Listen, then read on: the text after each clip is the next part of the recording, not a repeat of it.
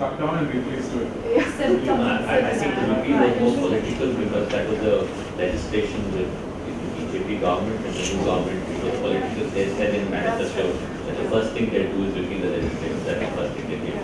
What they have now is just this. Yeah, and so the same government, the Congress UPA government, introduced the Unlawful Activities Prevention Act after the Bombay, I think, which is basically the same thing. Incorporated, that is temporary measure. Quota was a temporary measure. That was done away with, and this permanent law, Unlawful Activities Prevention Act, provisions of quota were lifted and put in this. So this is a permanent law for all time. So whenever there is a terrorist activity or extremist activity, whoever does it. So this is going to be there for much longer. Now, but at the same time, there is when you were talking of your research work, there are similarities in England and India, and they are dissimilar. Minorities are immigrants in UK, but they are not immigrants in India. Therefore, under the normative system, they are citizens of this country like any other. They are not. They cannot be treated differently. The norm says that, but there is a great variation between the norm and the practice. Though Criminal Tribes Act has been abolished, but the practice that they are discriminated stays. But normatively, they are like any other citizen of this country. So, but therefore, you will have to be very sort of discreet when you are comparing UK or England and India. They are not the same. Here you have to take into account the territory and the constitution. Pre-constitution position has changed after the impact of the constitution. That is after 1950. And things have changed. All citizens who are born here, live here, irrespective of religion, are citizens and they have equal rights. Gender have equal rights. Though there are variations, there are violations of this sacred core principle. But that is at the practice level. That is when you go into sociology of arrest. Sociology of arrest is very different. But the norm of arrest is different. Norm of rights is different. They are uniform, they are given to everyone. So that has with variation from England. In England that might not be there. All immigrants are treated alike. Some treated more. Yeah, well in England I've been looking at second generation Asians. But second generation Asians also do not become English. They do not become. But they're British.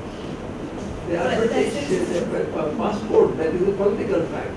But sociologically, they are all, I have seen that. No, absolutely. They're the kind of nuances that I need to understand much more carefully. The constitutional context to that is this whole preventive detention is problematic because the Constitution has explicitly allowed for preventive detention. So there's a huge provision on the Constitution itself authorizes Article 22. It's a very strange Constitution in that sense. That it's very rare to find a Constitution which allows such elaborate provisions on preventive detention. I wonder if before we break for lunch, I could just make a clarification really. It's slightly awkward, but Professor Handy has expressed a little bit of surprise at the range of papers. And I've been wondering, the fact is that when I first met with Professor Rao, we talked about a workshop on how we do empirical research. So the raison d'etre for this had been that in India, you as a law school were not so experienced and developed in terms of doing empirical research. We as a Centre for Criminology were. So my remit was initially, and I understood it always to be that way, to devise a programme from Oxford, at least, our contributions, which would be how we address the substantive issues that we care about, that we feel are important, from our different empirical perspectives. And so we wrote papers on that remit, and so the papers you're having from us are focused on that. How do we take these very different and disparate substantive topics and address them empirically? I noticed only the title, which was When Criminal Justice Goes Wrong, perhaps a week ago, so I don't know when that was put on, but I think there was perhaps, as is often the case when you try to organise these things across continents, let alone towns or countries, a breakdown in communication, and it doesn't matter where that came from or how it came about, but the fact is we had come with the idea of having a research workshop on how we do empirical research, bringing our substantive issues. And we tried, once we saw the title this morning, to weave, and I think there are very important connections, and I think our discussants and the questions that come from all of us have reflected that, but that, I think, is the source of why we're coming with these different projects, because we didn't know that we were not meant to be. So apologies if it's caused confusion. Collaborative exercise. That is what I said. That is the beauty of collaborative exercise. Absolutely, When absolutely. people, Embrace it. on the same areas, you Yeah. might have different ideas, and we may benefit still. But how to make this Let's maybe pull exercise together. most effective? That is my anxiety. Mm. And I think I will help us out in this core and periphery. Help us out, because that is the post-lunch. We have Post-lunch we will to do go that. about a little half an hour. We talk on this Yes. as to how do we save the situation now. Wherever we have landed, this has to be saved, the situation. We have to save it from meaning defeat. It is the law. We'll let you do that. Thank you all very much for very good questions and comments. They readjust mid-flight so you actually arrive on time. So we have an hour between now and the tea break, in which we have 3 speakers. We'll then pause for half an hour and we'll have another hour of discussion after those 3 speakers. So I'll introduce them in turn. Our first speaker is Dr. Anna Surendranath from this university, whose topic is When the Death Penalty Goes Wrong. So we have 15 minutes, which I shall strictly enforce. Do you have 20 now? Actually, well, you're on the case, aren't you? Yeah, you have 20.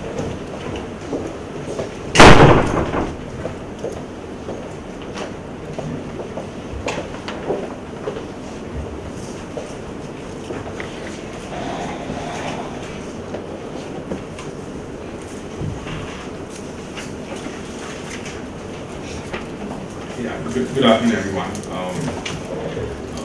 What I'll be talking to you today about is the death penalty research project that we've been doing here since June 2013. It's India's first empirical study on the death penalty, and the task of the project in the last 17-18 months has been to interview all of India's death row prisoners, their families, and their trial court lawyers, which is what we've completed now, and we're sort of in the second month of statistical analysis of what we have found. The project was in collaboration with the National Legal Services Authority, which is the apex body for providing legal aid services, and was then authorized by Justice Satasivam, who then went on to become the Chief Justice of India and delivered a landmark judgment on the death penalty a few months before he retired. Now, in terms of the existing body of work on the death penalty in India, you will see that most of the work involves analysis of judgments. In that sense, it's critiquing judgments. There's hardly any work on understanding who India's death row prisoners are in terms of their socioeconomic profile, or even understanding the legal processes involved or social processes in how the death penalty is imposed in this country, and that was sort of the basic task with which we set out, is to develop a socio-economic profile of India's death row prisoners and map their interaction with the criminal justice system at the trial stage, at the investigation, evidence gathering, trial, sentencing, appellate procedures, access to legal counsel, and the mercy petition stage. So in that sense, what we're doing is not, I think is very basic foundational work, which we hope will then be used to more nuanced and complex analysis of the death penalty, the administration of the death penalty in India. The methodology we've adopted was that in consultation with academics, lawyers and judges who have sort of a keen interest in this issue, we developed 3 different questionnaires for the prisoners, for the families and the trial court defense lawyers, which then we've, and the members of the project were explicitly instructed not to administer the questionnaire in that sense, and was to develop conversation with the interviewees and keep the questionnaire as a guideline in terms of the kind of information we wanted. Over the course of past 18 months, we've used student researchers from this university. We've had about, in sum total, about 80 student researchers over this course of 18 months, and at any given point of time, we had about 30 to 35 researchers with us. In terms of and I just quickly take you through the brief that I was given was to talk to you about the challenges of doing this kind of research in India, and also then sort of outline the more substantive issues of what is wrong with the administration of death penalty. So I'll quickly take you through the challenges that we've faced of doing this kind of research. So as I said, this required us to know who India's death penalty prisoners are, where are they lodged. We needed to know where their families lived, and also we needed to track down their lawyers. It's given the way things operate in India, the death penalty is sort of centrally imposed, so death penalty operates across India. So states don't really, it's an unexplored issue whether any one state constitutionally is yet unexplored whether any one state can say we don't want the death penalty. So it's administered nationally. Death row prisoners are lodged, and law and order is a state subject. Prisons are a state subject. And in that sense, death row prisoners are lodged all over the country and across 28 states. There are some states in which there were no death row prisoners, and we've covered about 20 of these 28 states. The other 8 don't have any death row prisoners.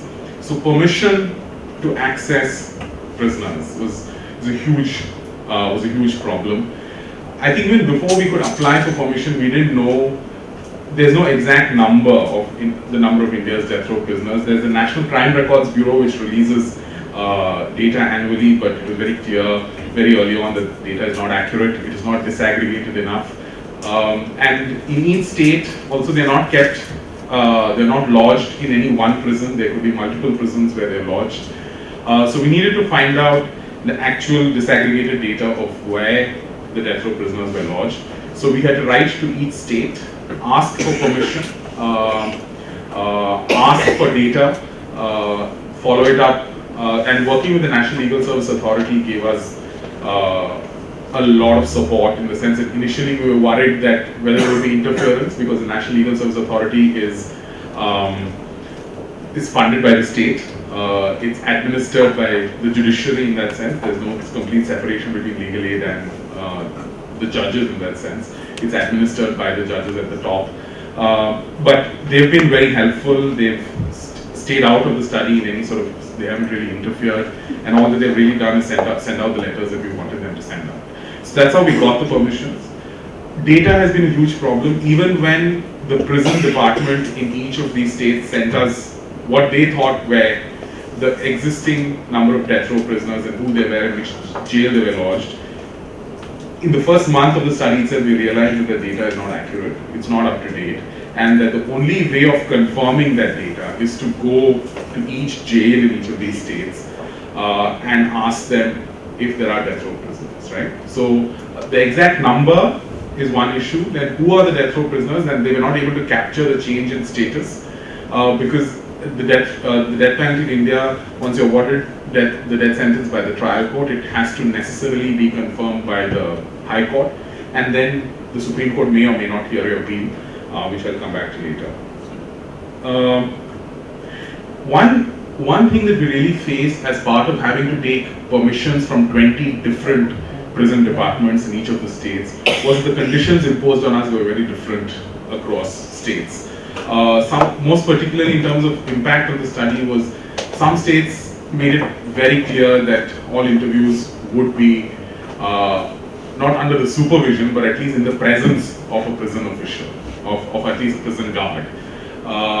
Which we sort of, in some cases where that condition was imposed, we managed to negotiate it with the individual prison authorities, saying, you know what, this is going to take really long, do you really want to stay there, you know, this is going to take about 3 hours per prisoner. So you made it seem really like a boring, long task, and they would be happy to just go away after the first 10 minutes. So that sort of individual prison negotiation happened, but there were some prisons that enforced it very, very strictly. There are some prisons where then the prison official would feel the need to contribute to the interview in terms of when a question was asked to the prisoner, you know, would want to provide, and it was mainly men who were there, would provide their feedback on the question that you've asked to the prisoner. In terms of, and I think in cases, in certain sensitive cases, we did feel that the presence of a prison official or a prison guard did really affect the conversation we were having and kind of willingness with which they were willing to talk to us.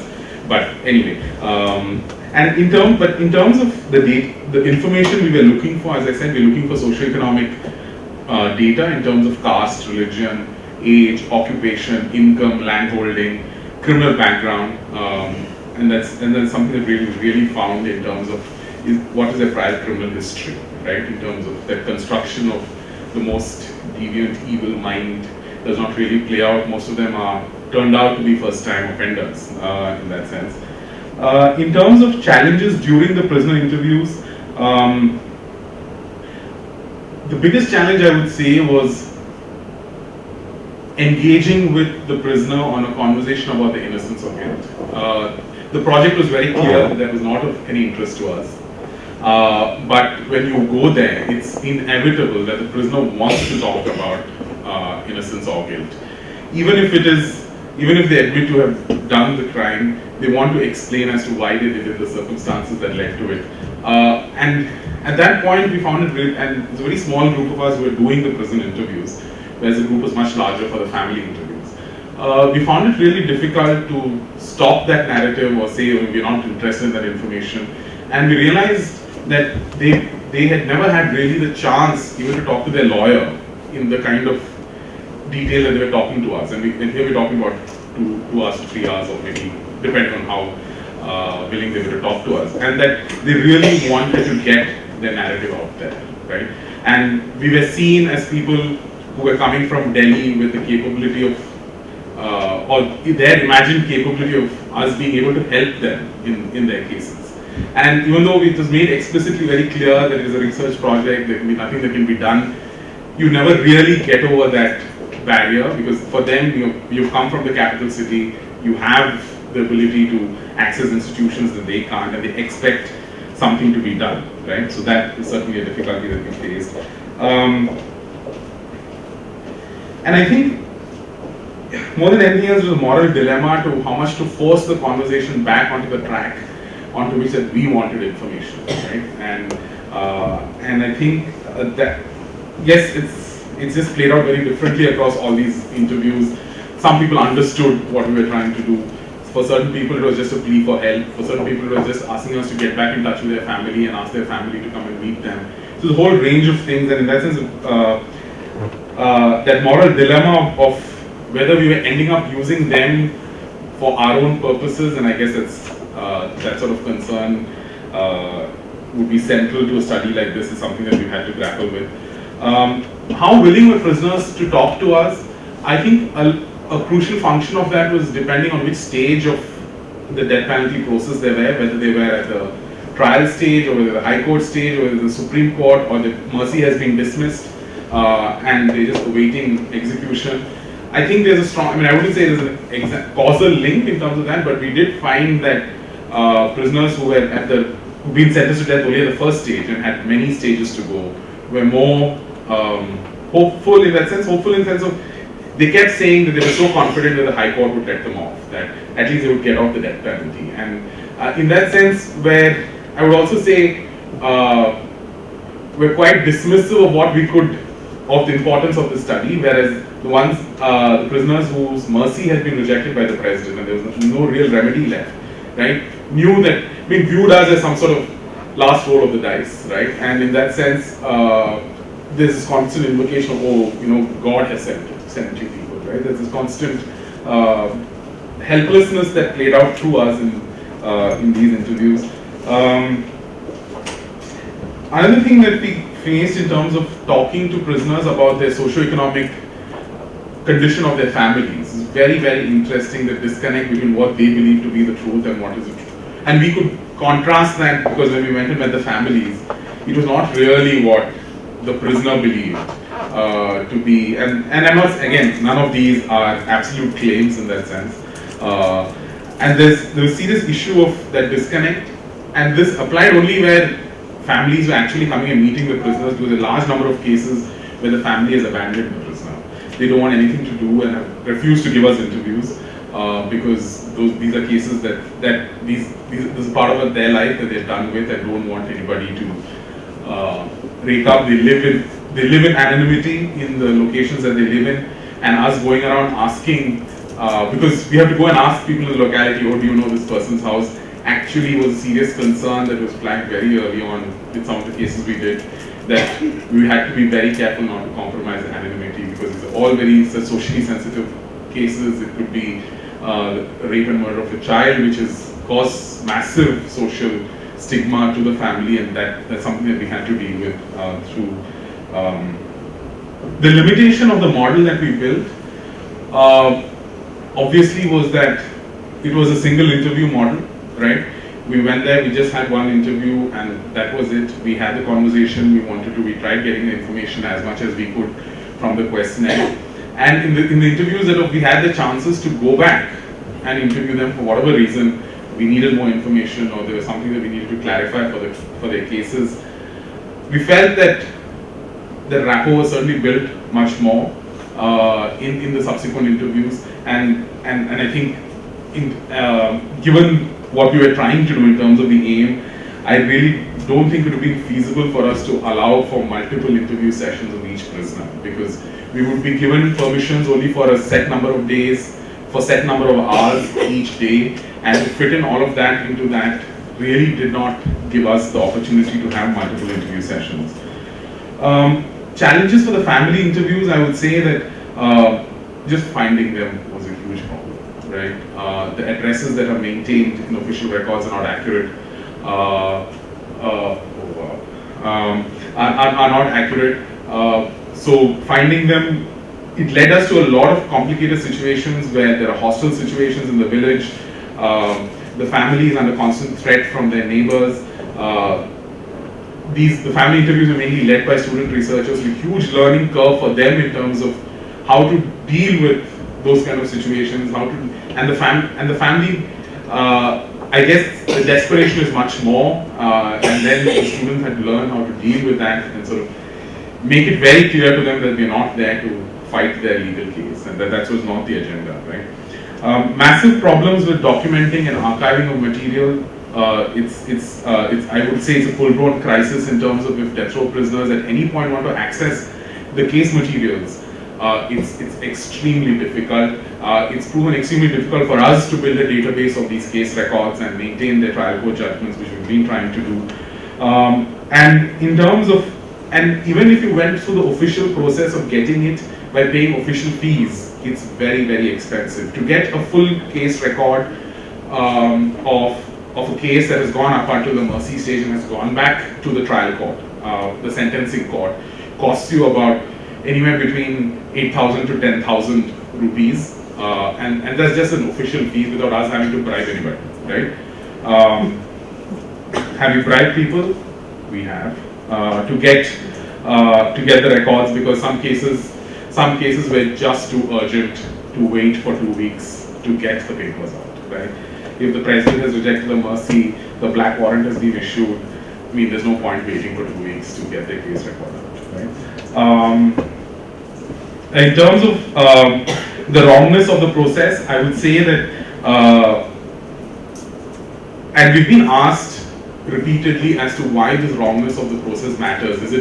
Doesn't it influence the entire understanding of criminal justice as such, in the sense that doesn't it apply to all other prisoners and not just death row prisoners? And I would say that the response to that is simply this, that while all of the issues that I have outlined, be police investigation, access to legal representation, or niche of lawyering, would be true for any prisoner within the Indian criminal justice system, I think if you really understood the way the death penalty affects a prisoner lodged in an Indian prison, I do believe that the death penalty is a special punishment amongst other punishments, but more so the experience of being on death row in India is crucial to understanding why these processes, you cannot be relying on these processes to subject someone to the death penalty in India. And you would see that the number of executions in the last 2 decades is very, very low. In the sense, we don't see the kind of numbers that you see in China or even the United States. But I think we miss, and I think there's been a huge problem in death penalty, the anti-death penalty movement in India. That there's no movement because people are not getting executed. But framing it like that misses the point, right? It misses the point of the experience of being on death penalty in an Indian prison, right? And that, I think, in the socioeconomic conditions that we operate in, that experience is what makes it so inhuman. Irrespective of whether after 20 years, 25 years, 30 years, they're not executed and they're commuted. I don't think that makes a difference. And just concentrating on that is hugely problematic. Police investigation. One case, there is a serious case of exculpatory evidence being held back. Torture is rampant. Confessions that are gotten out, even though the law says the confession is inadmissible, the Evidence Act allows that part of the confession that allows recovery of evidence into courts, and that is massively misused. There is no discussion. Most of the recoveries in these cases are based on such confessions. Even though the confession is admissible, they torture the prisoners. The accused get the confession out, or they plant evidence and stage the recovery. They have their own witnesses. They stage the recovery, or they do the recovery based on custodial violence, and then that evidence becomes admissible in court. Access to legal representation, we found it quite contrary to and sort of intuitions around this. Mostly prisoners, a much larger proportion of prisoners access private lawyers at the preliminary stage, at the trial court stage, but the kind of private lawyers they were accessing were extremely low quality. The fees that they had to pay was very, very, it's pay 100 rupees or 200 rupees per appearance, whereas the leading lawyer in that court would be charging about 8,000 or 9,000 rupees per appearance. So the quality of lawyering, even though it was private lawyering, was quite at the bottom end of the spectrum. And if I may just say something about the nature of criminal practice, and I think a lot of it is what was sort of Carolyn was referring to in the context of the commission, was that lawyers only respond to papers. In that sense, that's all they use. They don't talk to the prisoner. They don't go and have sessions with the prisoners to find out what is the alibi or what was the age. So if, like in some of the cases we're doing now in the Supreme Court, which has gone through the entire stage, mercy has been denied. And when we interviewed them, we found out that the age mentioned is incorrect. During the entire proceedings, the age was considered to be about 25, whereas the prisoner's age is actually 18 years. At the time of incident was 18 years and 1 month, which is just above the age of juveniles. Right? So we had to go back and get all the case papers that proved his age, and the court is hearing that now. During the same case, there's a serious flaw in the test identification parade. The case was that there were two Sikhs with a turban, with not the full, but just the amount of hair here tied. In the test identification parade, which was, and it was a child witness and the only witness in the case, in the test identification parade, they put only 2 Sikhs there, right? So the police were saying that there were 2 Sikhs, and in the test identification, the girl was saying that her testimony was there were 2 Sikhs who had the amount of hair. And in the test identification parade, the police has produced on 10 people, but of those 10 people, only 2 are Sikhs, and the 2 are who they are accusing of having committed the offense. And the girl picks out the 2 of them, right? And in the case, and now mercy has been rejected, and now when we took it back to court now and saying you can't, A, his age is wrong, B, he was picked out of such a lineup, right? The court, and you can see why the court, you can see why the court will not admit to it, right? The court, they heard the counsel that we had for a very long time and did not order a rehearing on merits. So as of now, it's only a rehearing on sentence using the age factor, but the whole testing of the test identification parade will be challenged. They said it's too late to challenge it, and I think that's a tragedy of the system, that you're relying on lawyers and lawyering at the bottom that is completely ineffective, right? And you can't be using that system to sentence people to death on that basis. And the problem with death penalty movement, the death penalty movement in India is the attention is focused only when mercy is rejected and everything is done. You can't go back to the trial record. You can't go back to the evidence that has been recorded, but you're stuck with all of that, right? And that's the problem. Is my time now? Okay. There are lots of other things I wanted to say about the substantive issues, but I'll just finish with one example and to show you why there is a huge breakdown in this entire thing. This is, and I'll take his name because he would have absolutely no issue with me taking a name and wants the story to be told as often as possible. Dharampal is in a jail in Ambala, which is the neighboring state of Haryana. Dharampal is convicted and sentenced to death for killing a family of 5, and mercy is rejected. And the case is that the daughter in that family had accused him of rape, and he had threatened her, and he'd gone to jail for that, and he had threatened her saying that if you don't withdraw the case, I will come back and kill your family. But despite that, the girl goes ahead and gives the evidence, and the family supports her, and Dharampal is sent to jail. He gets out on bail after he's sentenced, he's convicted of the rape in the trial court, and he's sent out on bail. He comes out and he kills the family, right? He comes out and kills the family, and it's for that case, for killing of the family, that he's given death, right? Now, this case goes through the entire system, right? Trial court gives him death, High Court confirms that, Supreme Court gives him death, mercy is rejected. But somewhere between the Supreme Court confirming his death sentence and the President rejecting his mercy, he's acquitted of the rape, right? He's acquitted in the rape case, right? But there is nothing in the system, because the system treats these as completely 2 individual cases. There's nothing in the system to inform the President, right? Yes, it may not acquit him of the 5 murders, but clearly it's a very relevant sentencing factor, right? And there is nothing in the system to inform the President about this, right? And the President rejects his mercy, right? And then they don't execute him for whatever reason for 6-7 years after that. And now the case is now in the Punjab and Haryana High Court on this matter, that his sentence must. So it's just a great matter of luck as to which prisoner we found, what stories we found, whether they were willing to talk to us on that day, right? And even though we entered the research with a very specific agenda that we would not get into litigation, right? It would just be inhumane for the kind of stories we heard not to translate that research into the cases that we have helped institute, and we continue to support. We've got lawyers who argue these cases, and we support them with a lot of research and documents and all of that. There are a lot of substantive points of the process itself and of evidentiary issues, and I hope I'll have the chance to take some of that during discussion.